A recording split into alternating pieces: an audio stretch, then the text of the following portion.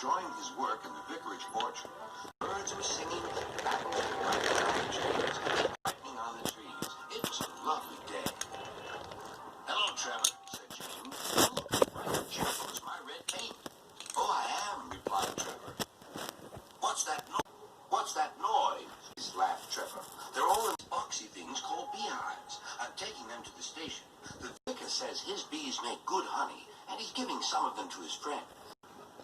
Just then, Boko, the diesel engine, hummed in. "Take care, you two. Don't make the bees angry, sting you." Like being told what to do by a diesel. And he burned. "Goodbye, Trevor," told Boko. He set off to see Duck at the next station. Bill and Ben, the tank engine twins, were busy arranging cars, but they scampered off when they saw Boko.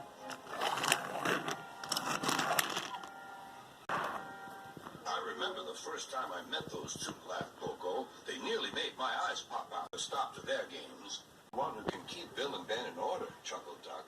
"I sometimes call them the bees. A good name. They're terrors when they start buzzing around." James bustled in. "What's that, Duck? Are you afraid of bees after all? So don't let that buzzbox diesel tell you different." Boko, and he didn't. Weeds were swarming around. "I'd just blow smoke and make them buzz off." "Buzz, buzz, buzz," retorted Duck. The next morning, James arrived at the station to collect his coaches. The passengers were excited, keen to get on board. Passengers were excited, keen to get on. The form was crowded, and the porter was in a hurry. "Facts," he shouted. Then there was trouble. The beehive fell and broke, cleared like the station cleared. Familiar buzzing, familiar buzzing. The bees were too cold to be cross, so they were hoping he'd mend their hive. But he didn't understand, nor did his driver. So the bees turned to James. The boiler was nice and warm. "Buzz off," hissed James. One bee burned his foot. "Ooh, ah, ah, ooh." The bee thought James had burned him on purpose.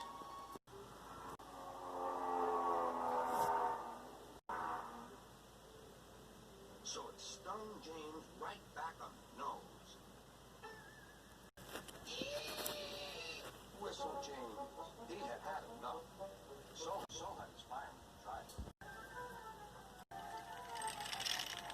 They didn't notice till too late that they had left all their coaches behind to get rid of the bees.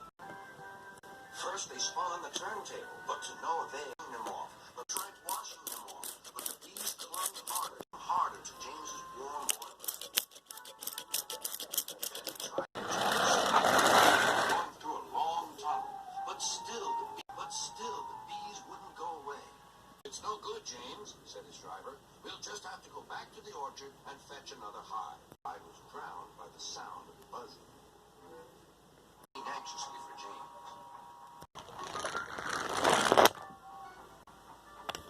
When he arrived, bees swarmed straight into their new home. "Come on now is a good hose down." "Come on, James," said his driver. "Hose down. What you need now is a good hose down."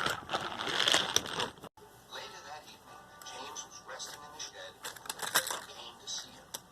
"Thank you for saving my bees," he said. "It's a pity it's not Christmas. Then we could call you James the Red-Nosed Engine." The Red-Nosed Engine. Everyone laughed, even James.